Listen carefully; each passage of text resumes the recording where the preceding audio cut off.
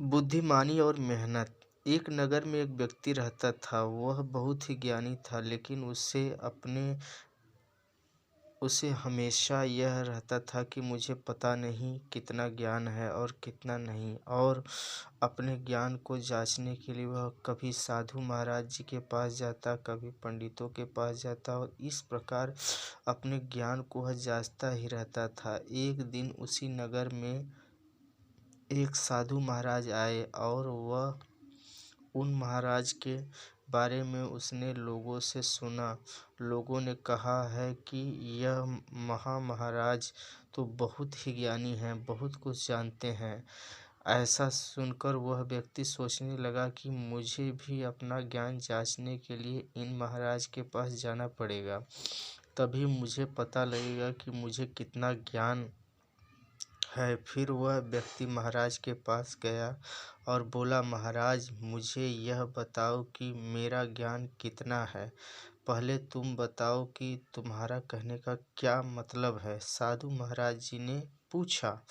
फिर उस व्यक्ति ने कहा कि मैं यह नहीं जानता कि मैं कितना ज्ञानी हूँ, मैं हर एक से पूछता रहता हूँ, तो वह व्यक्ति बुरा है या नहीं। तब उस व्यक्ति ने कहा कि महाराज, बुरा आदमी है, वह चोरी करता है।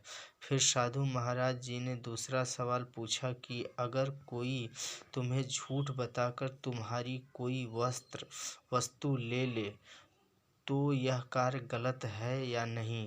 तभी व्यक्ति ने जवाब दिया कि हमारा यह कार्य गलत है। इस तरह साधु महाराज ने बहुत सारे सवाल व्यक्ति से पूछे, और वह सब का जवाब देता चला गया।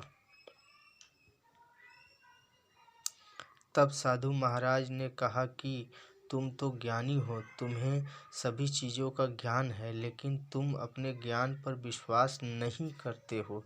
इसलिए अपने ज्ञान पर विश्वास रखोगे तो तुम्हें किसी भी बात की कोई चिंता नहीं होगी।